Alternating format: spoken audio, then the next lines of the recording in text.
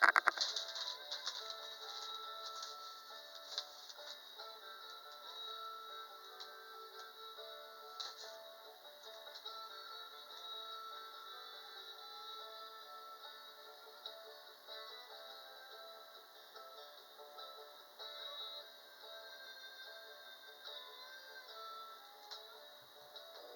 minute. 1 minute.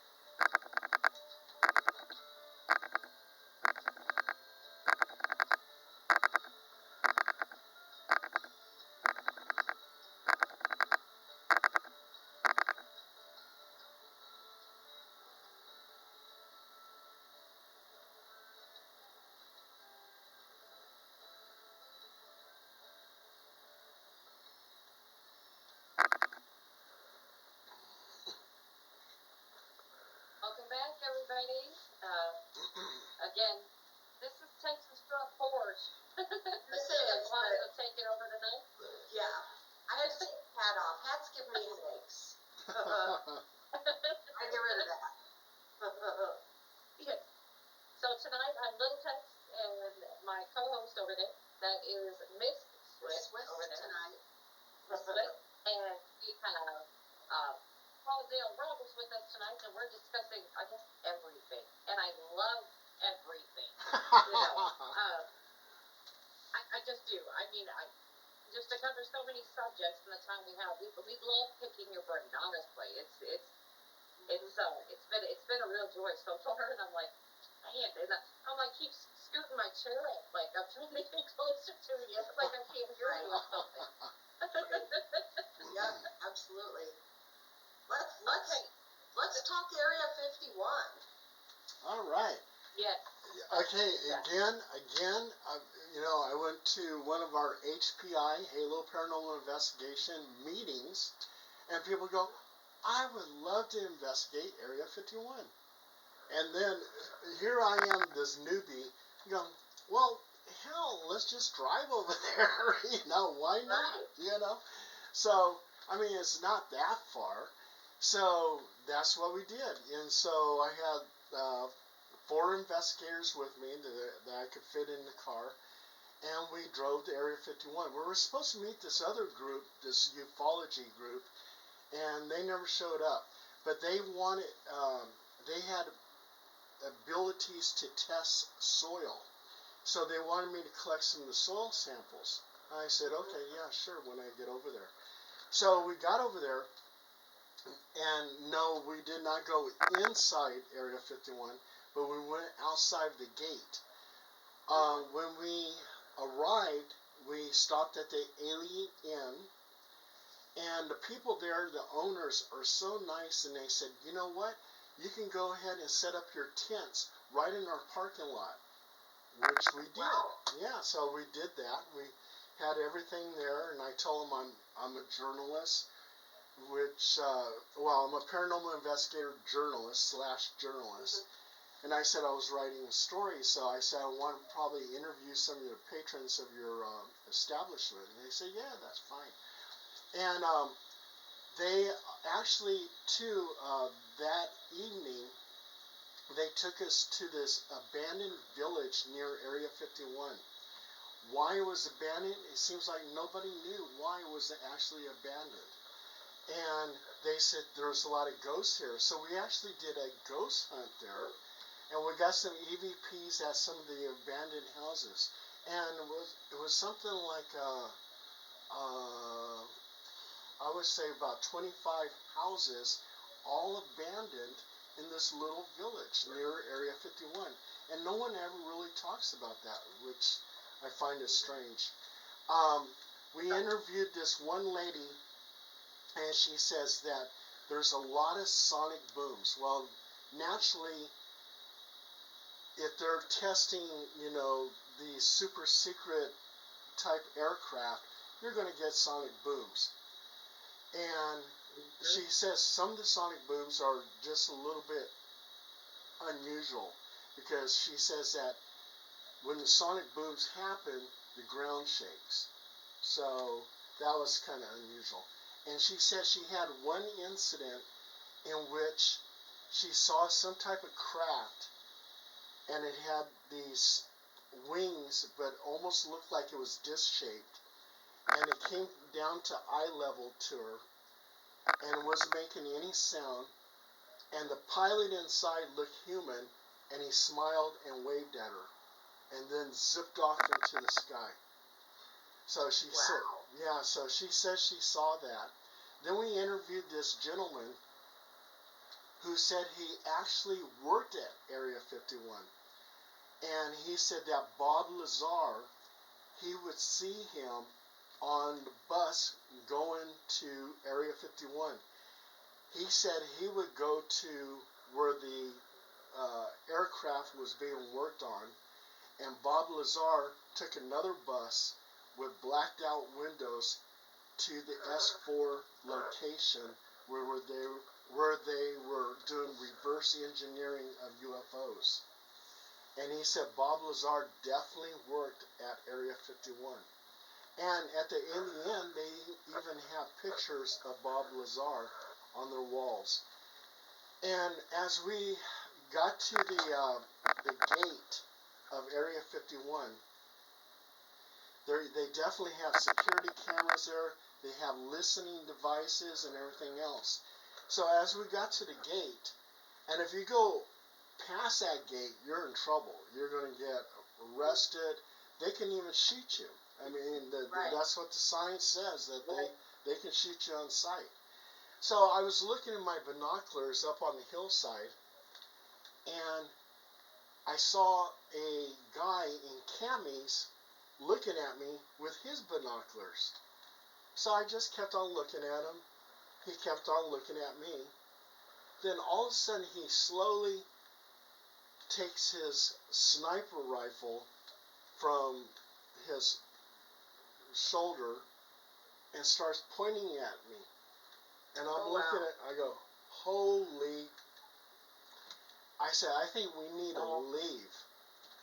And that scared the heck out of me. And it was definitely a sniper rifle, because I know it, because I was in the military, and I used to have to shoot an SBD sniper rifle when I was with OPFOR opposing forces. So I was very familiar with that.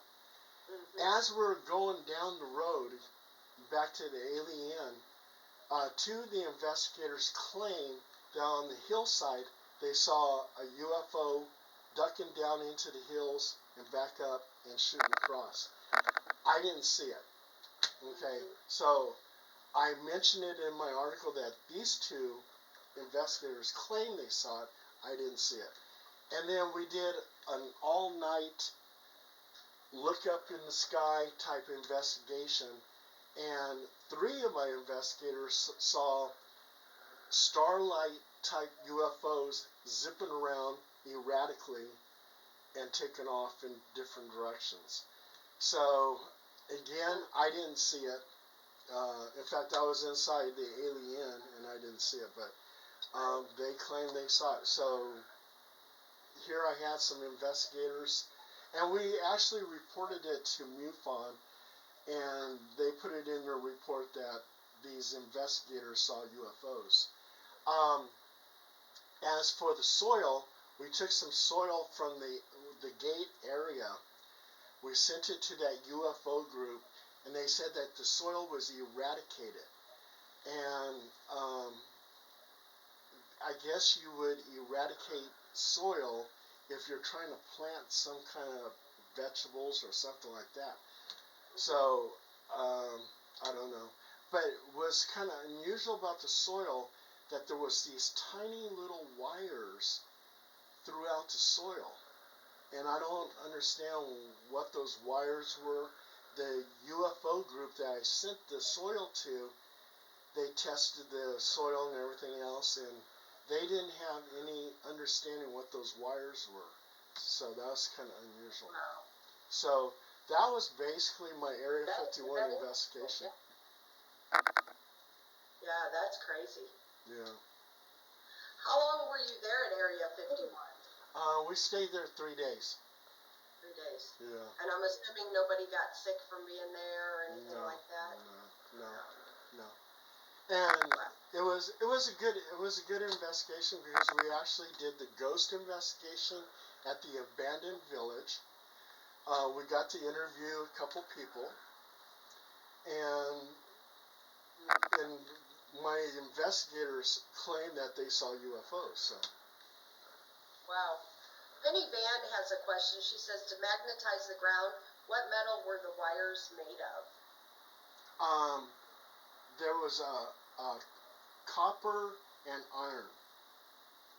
Okay. Oh, and there was a couple wires too that seemed like they had aluminum. Wow. Yeah. Wow. Dang. So did you get much paranormal activity as well? The ghost. We at the village that we did the investigation. We got a couple EVPs. Yeah. Gotcha. Yeah. Wow. So the inn, did you go there particularly to investigate that inn, or they were just like, hey, you can stay here and investigate? A long drive in the Nevada desert. I needed a drink.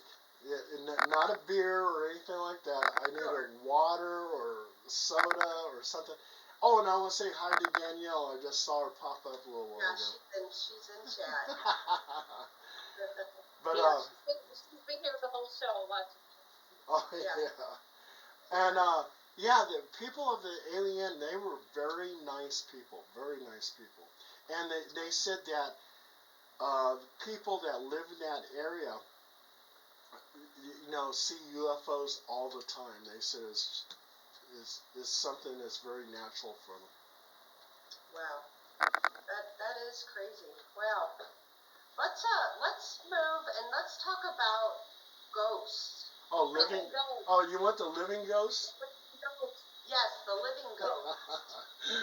All right. I'm adjusting. I think I've got a little bit of a lag. I'm going to put my earphones You do. in. Hang on. You do.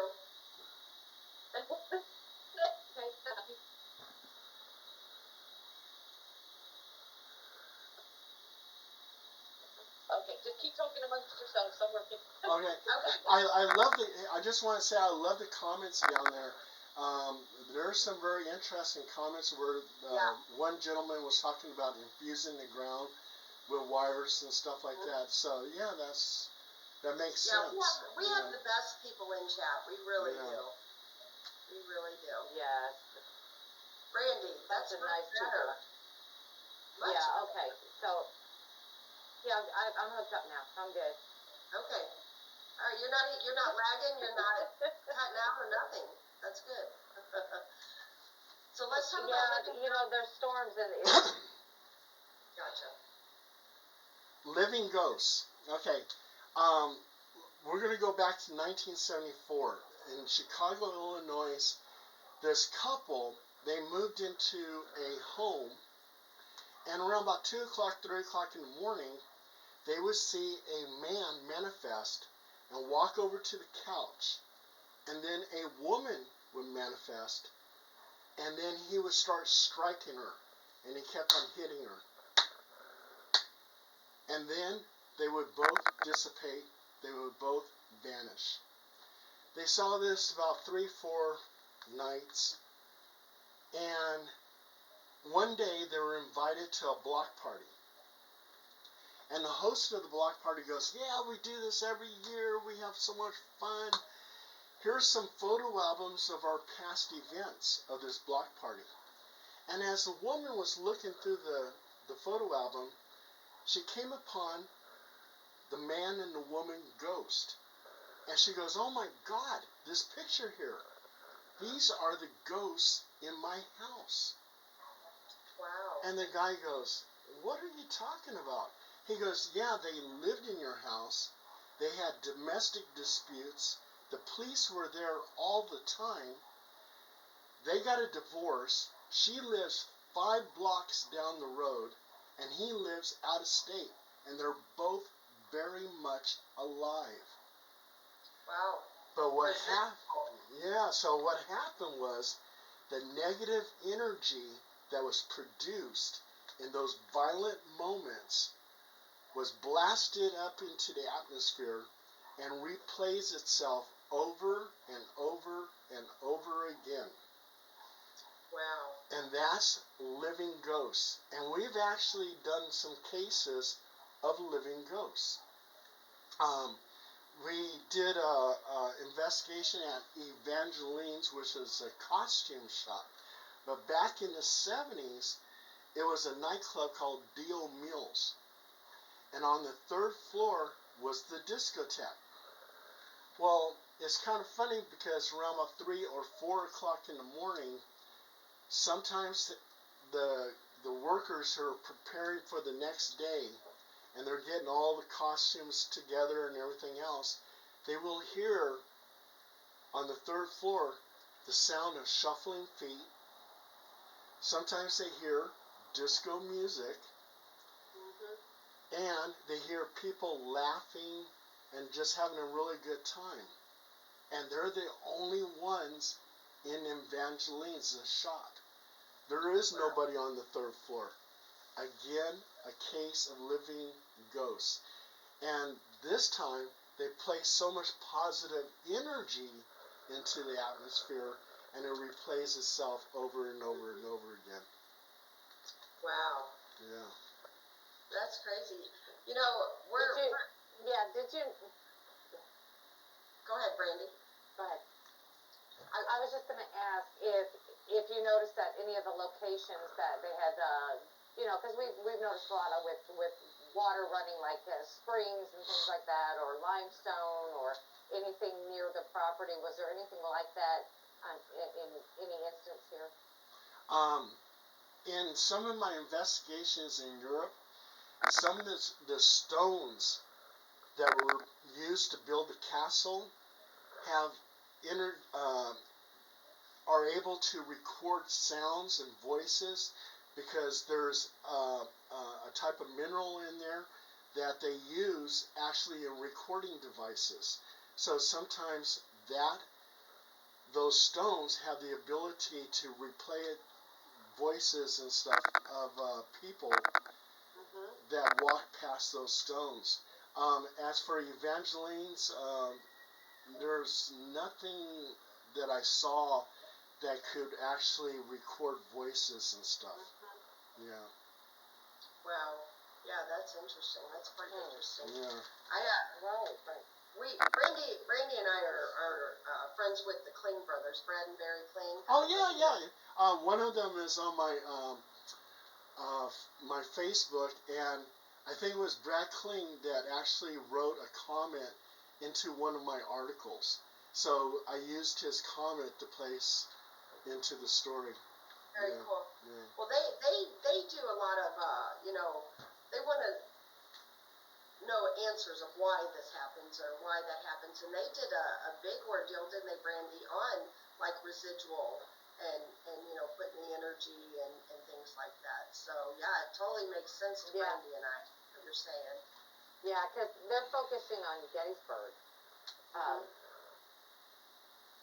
With what from evidence they've gotten from there, such as cannons going off, or they can hear horses, or just residual sounds. So they're very interested in it, and that's what's getting us interested into that too. Yeah. Oh, and okay, let's talk a little bit about orbs. Okay, now orbs can be almost anything. It could be light refractions, dewdrops, skin flakes, lint, dust, you name it. Yep. But how do you deem, let's say, an orb is paranormal? Well, I had this one case in Del Paso Heights near Sacramento, and we were snapping some photos, and I took this one photo, and I looked at it, and there was a picture of 2 orbs.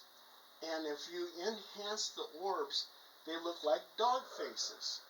Mhm. And I said, wow, I mean, and I asked my investigators, I said, take a look at this. I said, don't those look like dogs? And they go, yeah, that looks like dogs. So anyway, I went to the occupant of the house, and I said, what is it you have in your backyard? And she goes, orange trees. I said, not the orange trees. I said, what else do you have in your backyard? And she goes, I have 2 dogs that are buried back there. I go, really? I say, I want you to look at these pictures. And so she looks at the pictures and she starts crying. I go, why are you crying? And she goes, Paul, those are my 2 dogs. I go, holy cow. And I said, something like that I can deem as paranormal. I mean, she's over there telling me those are her dogs, and I'm looking at the pictures, they look like dogs. Right. Yeah. Wow. Yeah, so. That's crazy. Mhm. Yeah, and then, What is, oh, I'm sorry, go ahead. I was going to ask, there was a time Brandy and I were out investigating and we were doing, it's more on the cryptid side of things. However, we've seen weird orbs in the woods, not just she and myself, but other people that were there with us, and, different sizes and colors. And what would you say something like that would be? Some of the orb pictures that I get, I mean, I have some weird ones. I got some purple ones, and blue ones, and green ones. And they say that the colors represent different things, so green is more naturist and whatever. Um, you know, we had a situation where we went to I-5 and Sutterville, and it was a location spot where, I forget what year it was, but a serial killer, the I-5 Strangler, aka Roger Kibbe, took a woman from a bar and he parked over at I-5 Sutterville, and there's a little location there, and as you overlook it, there's the Sacramento River. And he opened up the glove department, pulled out a pair of scissors, and started snipping on her dress. So she must have been very terrified. Of course, then he strangled her and dumped her body into the Sacramento River. Well, we did an investigation over there, and one of my investigators, I mean, he has this picture that he's so proud of, and he wouldn't share it with the group, but he showed it to us, and there's this huge black orb, and it's hovering over the Sacramento River. And I believe in my heart that was probably the victim that the I-5 Strangler killed at that location. And it was just and that picture, I wanted to put it into my article and everything. He goes, no, I'm copywriting it and everything. I go, well, come on, you're not going to get rich over the photo. Give it to me so I can show the world. And he was very possessive of it, but it was a very unusual picture. I've never seen anything like that. It was just that black orb just hovering over the river. Wow. Yeah. Well, I've got to say that I've got to say this because I'm little text tonight. When I was at Brown Springs and we were looking through a cemetery and we had a night vision goggles. So we're looking through and we saw a black orb through the night vision. And Tex was walking through and it would kind of stay away from him, but it would kind of follow him through of where he was walking, and as soon as he started walking towards it, it would float the other way. And then when he came out of there, it just disappeared. We couldn't find it again.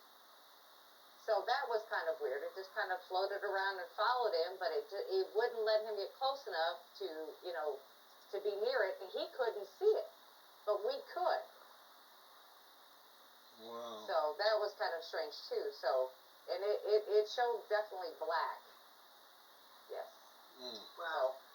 I believe that, hovering like that, because I've seen it with my own eyes. I've seen one do that. So, yeah, absolutely. Wow. That's crazy stuff.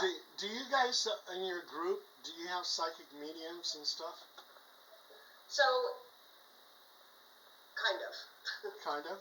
Kind of. Yeah. We do have people that we do go to, yes. Oh, okay, good. Okay. We have one psychic medium, we call her Wishfire. And there was a situation where we're in Elk Grove, and she tells me to go ahead and park in this parking lot. And there was no cars there. And I go, why? And she goes, just do it. She goes, there's something in the sky over there. And I'm looking in the sky and I don't see anything. And she takes her camera and she snaps a photo. And in the photo are 3 disc-shaped UFOs. And I go, wow, you know, how she was able to do that. And then I didn't see nothing in the sky. But then she's done some other incredible things where she says, take a picture. You know, so I just thought of something too. And I'm going to get off track a little bit. You're good. Okay. There was this one investigation that we did. And the entity was named Emily. And Emily was known to go to the occupants and drain their energy. And so the occupants wanted us to get rid of Emily. So as we were doing this investigation, one of the investigators goes, Paul, I just feel fatigued. I feel tired. And I say, oh, just rest. Sit on the couch. You know, take it easy. And I said, Emily, I said, if you're draining his energy, I said, I'm going to snap a photo appeared by his head. So I snap a photo, and there's this orb hovering by his head. I said, oh my God. I said, she's showing some kind of intelligent movement here. And I said, okay, Emily, if you're listening to me, kiss him on the lips. And now 3 cameras